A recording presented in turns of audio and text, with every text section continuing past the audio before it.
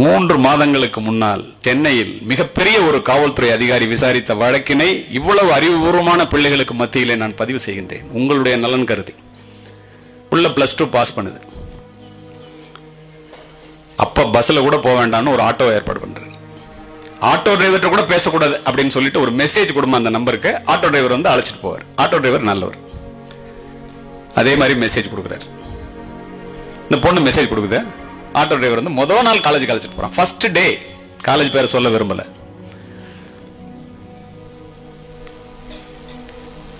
You are so cute அப்படின்னு ஒரு message. ஒற்றை வரி, ஒரு வரியில ஒரு மெசேஜ் வருது. நீ ரொம்ப அழகா இருக்க. அவ்வளவுதான். அந்த பொண்ணுக்கு இருப்பு கொள்ளல.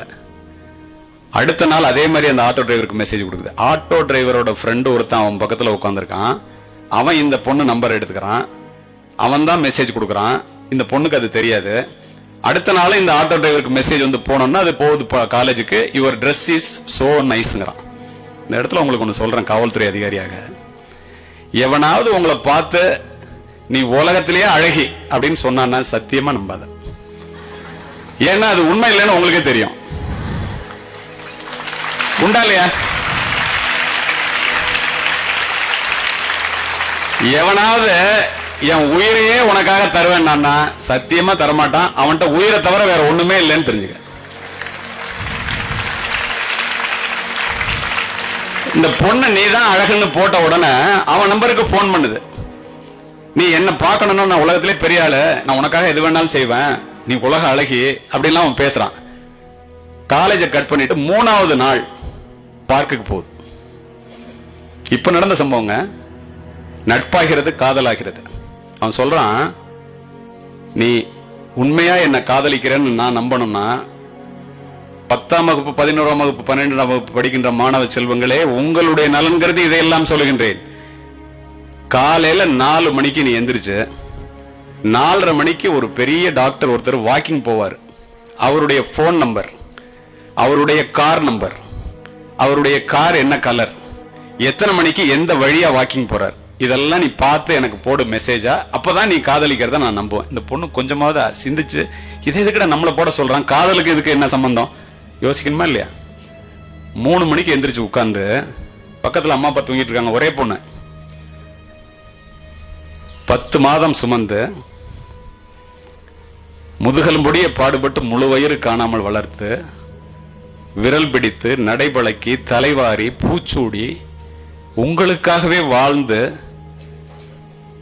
17 வருஷம் வாழ்ந்து வளர்த்து அந்த பிள்ளையை வேலி போட்டு பாதுகாத்து கொண்டு அந்த பெற்றோர்கள் தூங்கி கொண்டிருக்கும் போது பெற்றோர்களுக்கு தெரியாமல் அவன் என்ன கேட்டானோ அத்தனையும் அந்த டாக்டரோட போன் நம்பரை தவிர பாக்கி எல்லாத்தையும் ஒரு மெசேஜா போடுது. காலை 7:30 மணிக்கு நண்பர்களே, அந்த மருத்துவர் 17 இடங்களில் வெட்டு காயங்களுடன் அசோக் நகர் வீதியிலே கொலை செய்யப்பட்டு கிடக்கின்றார். யார் கொலைகாரன் தெரியல. மிகப்பெரிய அதிகாரி, ராமகிருஷ்ணா குடி படிச்சவர், நேர்மையானவர். கஷ்டப்பட்டு கண்டுபிடிக்கிறாங்க குற்றவாளி யாருன்னு. அவன் செல்போன் எடுத்து பார்த்தா அந்த பொண்ணு போட்ட மெசேஜ் இருக்கு. இந்த பொண்ணு போட்ட மெசேஜ்ல தான் கொலையே நடந்திருக்கு.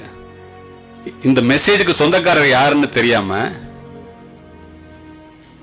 பெண்ணை மெசேஜ் போட்ட நம்பரை தேடி போறாங்க.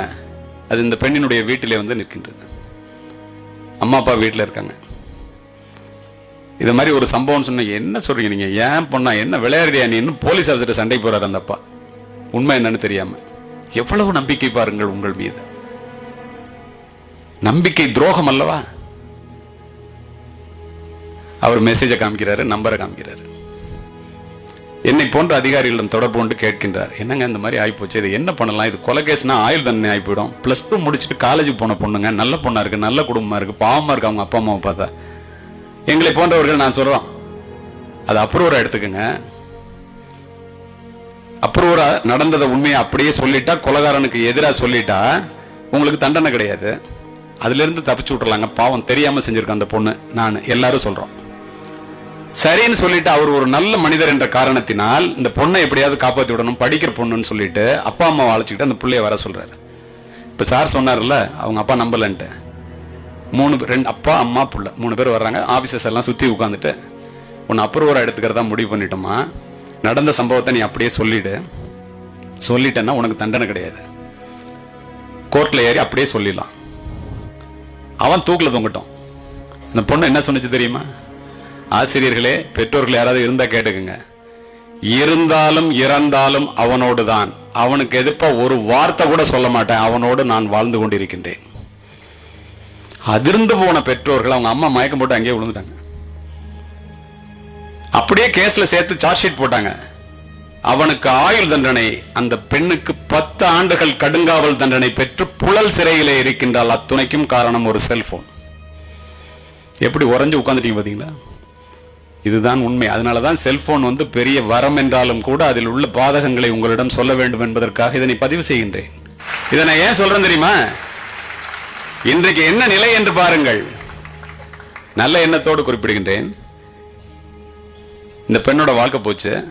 நீதிமன்றத்தையும் காவல் நிலையத்தையும் கனவில் கூட நினைத்து பார்க்காத அந்த பெற்றோர்கள் தினம் தினம் நீதிமன்ற படிக்கட்டுகளிலும் காவல் நிலையத்திற்கும் சென்று திரும்பிக் கொண்டிருக்கின்றார்கள். இதற்காகவா உங்களை படிக்க வைக்கின்றார்கள்? இதற்காகவா உங்களை பெற்று வளர்ப்பதற்கு ரத்தம் சிந்தி வியர்வை சிந்தி வளர்க்கின்றார்கள்? சித்திர சோலைகளாக இங்கே அமர்ந்திருக்கின்றீர்களே, உங்களை பெற்று வளர்ப்பதற்கு உன்னுடைய பெற்றோர் எத்தனை முறை ரத்தம் சிந்தினார்? தாய் எவ்வளவு வியர்வை சிந்தினார்? தந்தை நினைத்து பார்க்க வேண்டாம்?